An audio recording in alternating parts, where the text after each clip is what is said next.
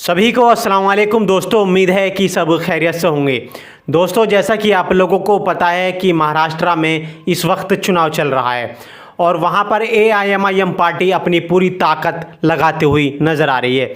जैसा कि आप लोगों को पता है कि AIMIM पार्टी हैदराबाद के बाद अगर कहीं मजबूत है तो वो महाराष्ट्र के औरंगाबाद एरिया में मजबूत है। जिस तरीके से वहाँ पर इम्तियाज़ जलील और वारिस पठान साहब 2014 में MLA बनकर आए थे, उसके बाद से वहाँ पर जिस तरह से कंटिन्यू उन्होंने मेहनत की और उसके बाद फिर 2019 का लोकसभा चुनाव जीते थे इम्तियाज़ जलील, और उसके बाद से जिस तरह से AIMIM पार्टी का वहाँ पर जनाधार मजबूत होता हुआ नज़र आया है। उसी के बाद AIMIM पार्टी ये कहते हुए नज़र आ रही है कि हम जहाँ पर भी कैंडिडेट अपना दे रहे हैं वहाँ पर हम जीतने की नीयत से कैंडिडेट दे रहे हैं। जिस तरीके से AIMIM पार्टी अपने जनाधार को वहाँ पर बढ़ाते हुए नज़र आ रही है और लोगों में जिस तरह से उन्हें लगा है कि वहाँ पर एक मजबूत पार्टी उभर कर सामने आ रही है। और तो इम्तियाज़ जलील साहब ने कल एक इंटरव्यू में कहा था, जिस तरह से कि वो सोलापुर में नॉमिनेशन करने के लिए वहाँ पर पहुँचे थे, फ़ारूक साहब के नॉमिनेशन में वहाँ पर वो पहुँचे थे। उसके बाद वहाँ एक मीडिया के माध्यम से उन्होंने एक मैसेज दिया कि हम कितनी सीटों पर वहाँ चुनाव लड़ने जा रहे हैं।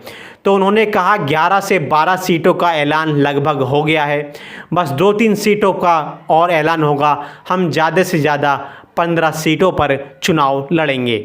उसके बाद जिस तरह से उन्होंने बताया कि हम 15 सीटों पर जिस तरीके से चुनाव लड़ रहे हैं वो उसी तरीके से हम आगे जीतने की कोशिश के लिए हम चुनाव लड़ रहे हैं। हम कहीं वोट काटने के लिए चुनाव नहीं लड़ रहे हैं।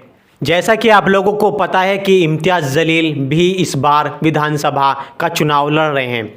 जिस तरह से इम्तियाज़ जलील ने 2014 में औरंगाबाद सेंट्रल सीट से वो चुनाव जीत कर आए थे और उसके बाद फिर 2019 में AIMIM पार्टी वहाँ से चुनाव हार गई। जिस तरह से AIMIM पार्टी ने अब की बार जिस तरह से इम्तियाज़ जलील को वहाँ से कैंडिडेट नहीं बनाया है, इस बार कैंडिडेट बनाया जो है उन्होंने नसीर सिद्दीकी को औरंगाबाद सेंट्रल से अपना कैंडिडेट बनाया है और इम्तियाज़ जलील साहब औरंगाबाद ईस्ट से चुनाव लड़ने जा रहे हैं।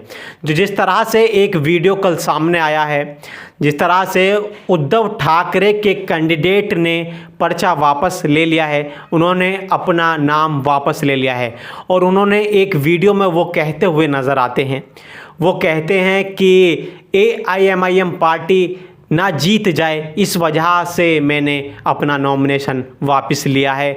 और उन्होंने उद्धव ठाकरे की पार्टी से वो कैंडिडेट थे, उन्होंने वहाँ से अपना पर्चा वापस लिया है और उन्होंने शिवसेना के एकनाथ शिंदे के कैंडिडेट को चुनाव लड़ाने की बात कही है। तो दोस्तों, जिस तरह से उन्होंने अपना पूरी तरीके से हिसाब लगाने के बाद उन्होंने सोचा कि हिंदू वोट बढ़ जाएगा और AIMIM पार्टी वहाँ से चुनाव जीत जाएगी। जिस तरह से AIMIM पार्टी को रोकने के लिए तरह तरह की ताकतों का इस्तेमाल किया जा रहा है। जिस तरह से लोकसभा 2024 के चुनाव में इम्तियाज़ जलील को हराने के लिए सारी ताकतों का इस्तेमाल किया गया था, उसी तरह से AIMIM पार्टी को रोकने के लिए सभी पूरी ताकत लगाते हुए नज़र आ रहे हैं। इसी तरह से AIMIM पार्टी वहाँ पर बहुत ज़्यादा मजबूत है और उम्मीद है कि वहाँ से AIMIM पार्टी अब भी चुनाव निकालेगी।